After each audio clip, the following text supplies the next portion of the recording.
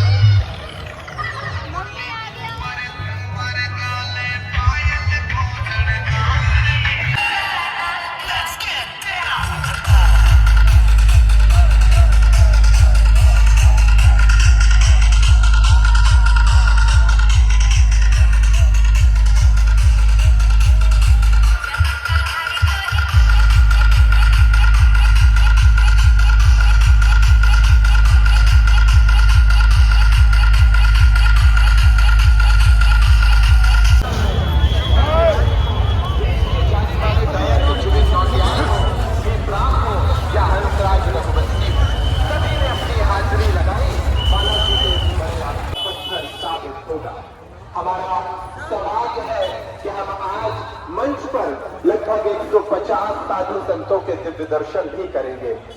हम प्रयास करेंगे कि इन साधु संतों के दर्शनों के साथ साथ उनकी वाणी का लाभ भी सभी तक पहुंचे। इस यात्रा में उपासना करने के लिए लोगों को मार्ग में तब्दीली मिली है, ऐसे लोगों को जवाब देने और ऐसे लोगों को संदेश देने के लिए उच्च सरकार ने इस यात्रा का शुभारंभ किया है।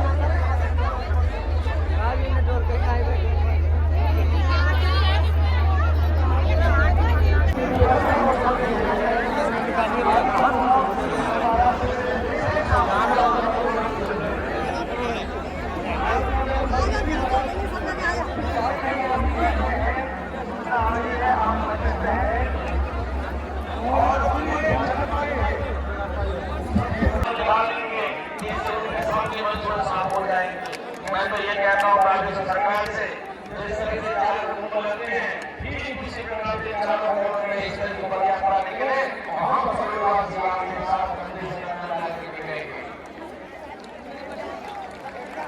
कुछ भी नहीं करना है, सिर्फ एक यात्रा की वाणी है कि सनातन आदि जागृत है।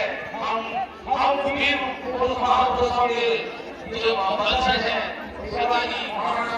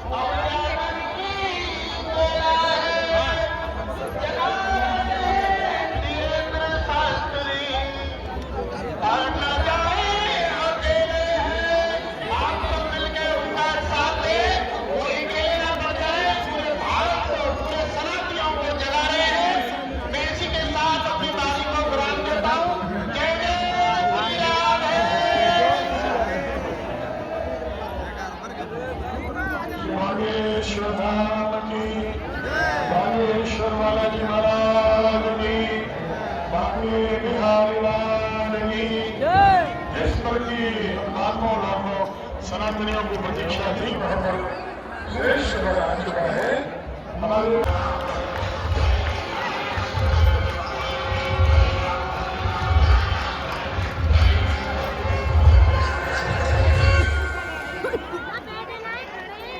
अधिक भीड़ बढ़ गई है, वहां कुछ व्यवस्थाएं अतिरिक्त लगा दें।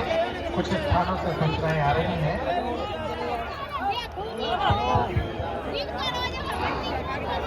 पुलिस प्रशासन से निवेदन है, श्री राधा वल्लभ मंदिर के सेवायत पूज्य अधिकारी श्री गोविंद लाल गोस्वामी जी और श्री सुखदेव लाल गोस्वामी जी को आपने रोक रखा है। बहुत देर से उनको आने दीजिए, कृपा करके उनको आने दीजिए। उन्हें मंच पर अपना स्थान लेना है। श्री गोविंद लाल गोस्वामी जी, श्री सुखदेव लाल गोस्वामी जी, श्री राधा वल्लभ मंदिर। और आगे भी जो पूज्य महाराज जी यात्रा करेंगे, उस यात्रा में सभी पदयात्रियों को भोजन की सेवा गौरी गोपाल भगवान की ओर से ही रहेगी। हम सब आपस में मिलजुल करके रहें। जातियां व्यवस्था के लिए बनी है, ना कि लड़ने के लिए। तो आज से कितने सनातनी, यदि हमारा कोई भी वंचित शोषित भाई बहन है, हमें सबका साथ देना चाहिए, सबका सहयोग करना चाहिए। आपस में लड़ना सही है कि गलत है? कौन कौन नहीं? सभी लालायत है, दोनों हाथ उठाकर बोलिए बागेश्वर धाम की, बागेश्वर धाम की, महाराज सरकार की, मुख्यमंत्री पुण्यार्थी बाबा की, दादा गुरुजी भगवान की।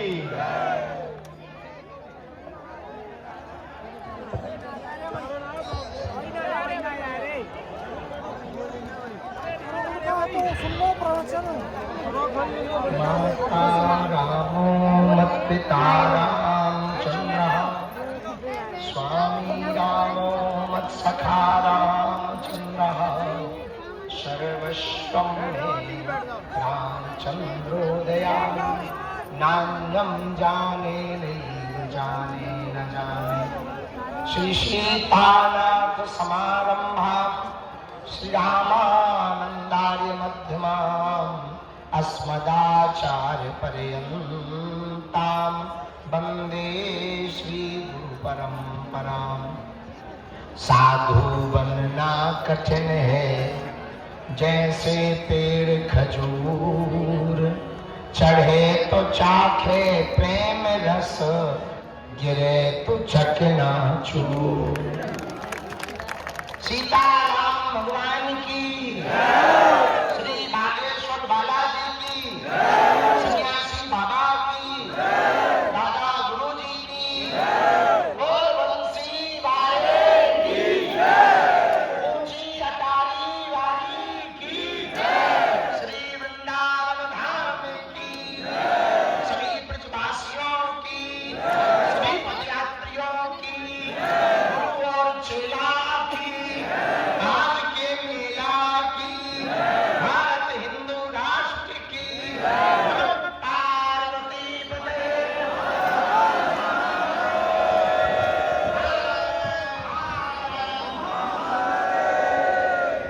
मंचासीन सभी संतजन, ज्येष्ठ भ्राता अनुज, आज प्रारंभ हुई और अभूतपूर्व बात यह कि उस पदयात्रा का प्रारंभ वाल्मीकि भगवान के पूजन के साथ हुआ। और पदयात्रा बड़ी, कभी जवानों को समर्पित की, कभी देश के किसानों को समर्पित की, कभी सिखों के नौवें गुरु श्री तेग बहादुर जी एवं उनके परिवार ने जो हिंदुओं की रक्षा के लिए अपनी शहादत दी, उनके लिए समर्पित हुई। कभी शहीदों के लिए दिवसीय यात्रा रही। हर वर्ग, हर पंथ, सब संत, सभी मतों वाले, क्या बालक, क्या वृद्ध, जहां देखो दिल्ली, हरियाणा, उत्तर प्रदेश, सभी जगहों पर केवल और केवल पदयात्रा यात्रा जैसी तो नहीं रह गई जो इन संतों ने त्याग किया। पूज्य मंत्रीनाथ राजे महाराज जी और हनुमानगढ़ी बाबा को तो सब जानते हैं, लेकिन वर्तमान में जिनके कारण सबसे ज्यादा हनुमानगढ़ी की याद आ रही तो वो है महंत पूज्य श्री राजूदास जी महाराज। इन सब संतों ने बड़ा कष्ट सहा, छोटे छोटे बालकों ने कष्ट सहा, धक्के खा गए फिर भी उठे। वृद्ध माताएं व्हील चेयर पर पदयात्री चले, कलश लेकर पदयात्री चले, केवल इसलिए चले कि हम यदि हिंदू एक हो जाएंगे तो भारत में दंगा नहीं गंगा बहेगी। और एक बात कहे, हम थके विरोध किया। यहाँ तक कि अद्भुत आस्था आप सबकी देखें भैया, धन्य है आप लोग, धन्य है आपकी आस्था। बम विस्फोट हो गया, पूरे देश में हड़कंप दिल्ली के बम ब्लास्ट की हुई, पर धन्य है सनातन हिंदू, तुम बम का विस्फोट होने के बावजूद भी डरे नहीं, आगे बढ़े और चलते रहे, चलते रहे। और आज हम सब आज ठाकुर जी की नगरी पहुंच ही गए। आज हम सबकी ये यात्रा गाँव गाँव में एक मंडल गठन करना है और उस मंडल के द्वारा धर्मांतरण, जीर्ण सिंहपुरी मंदिर और गांव भर में हर एक 2 महीने में एक यात्रा निकालनी है, गांव की सनातन हिंदू एकता पद यात्रा। चौथा संकल्प और आवश्यक है, वो ब्रज में भी जरूरी, देश के कोने कोने में जरूरी, हर क्षेत्र में जरूरी है। चौथा संकल्प लेने के लिए कौन कौन तैयार? चौथा संकल्प है घर वापसी अभियान। जो अपने वाले चले गए उन्हें बुलाओ कि बेटा यही समय है, सही समय है, वापस आओ। और उसके लिए जो मंडल गांव गांव में बने, उनकी प्राथमिक जिम्मेदारी यही होगी कि धर्मांतरण होने ना पावे और जो हो गए वो घर कैसे वापस आवे। ये कार्य यदि चौथा वो मंडल के अंदर ही करना है, मंडल के साथ ही करना है। कौन कौन पदयात्री लेकर जाना चाहिए? जय श्री राम जरा बोल के बताओ। जय श्री राम बोलो।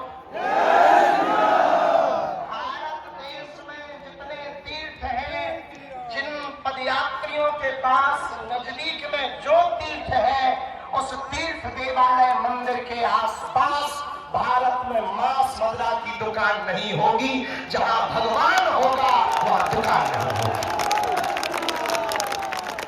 और ब्रज के लोग आए हैं, हम 150 किलोमीटर चल के आ गए, थके तो नहीं। आतंकवादियों का खतरा आया, अपन ने उसी समय फिर से उनको भड़काया। वो समझ गए कि चाहे जो कर लो, ये बाबा की फौज रुकने वाली नहीं। आगे बढ़े, कई विधर्मी आए, उन्होंने केवल बातों से धमकाया, फिर भी ना पदयात्री रोक पाए, क्योंकि ये सब सनातनी पक्के थे। और हमको लगता है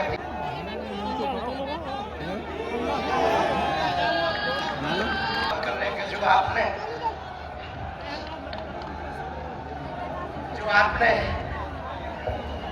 जो करने पर रुक जाए, आगे बढ़ जाए, वो कभी फेल नहीं होता है। जब ठाकुर जी को गोवर्धन पर्वत आप सबने उठवा दिया, बड़ी बड़ी लीला करवा दी, एक वचन दे दो, जहां वृंदावन में अंदर जाते ही पूज्य बाबा प्रेमानंद जी परिक्रमा के लिए मुड़ते हैं, वहां भी एक मदिरा की दुकान है। छठी कला में प्रिया कांड उसके कुछ दूर पूर्व ही मदिरा की दुकान है। हम चाहते हैं इतना आशीर्वाद दे दो कि हमें आप जब बुलाओगे हम आते रहेंगे। आप 1 वर्ष के अंतर्गत उन दुकानों को बाहर निकालने का संकल्प ले लो। चाहे जो करना पड़े, जिसकी दुकान है हाथ जोड़ने पड़े, जो दुकान का पदयात्रा करके लोगों को लाओ, हम खिलाएंगे।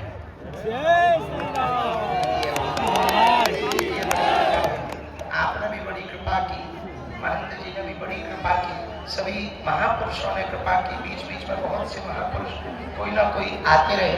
ब्रजवासियों को, हरियाणा वालों को, दिल्ली वालों को रास्ते में धक्का जरूर लगा होगा, पर एक बात कहना चाह रहे, ये धक्का आपके बच्चों को भविष्य में दूसरे मजहबियों का धक्का न लगने देगा।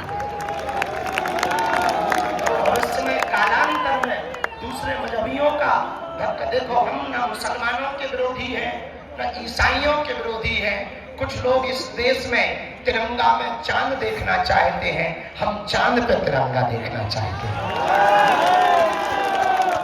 हो सकता हमारी बुराई हो इस बात की, लेकिन हम फिर कहना चाह रहे हैं कि उनके में डॉक्टर पढ़ा लिखा भी आतंकवादी आदि होता है।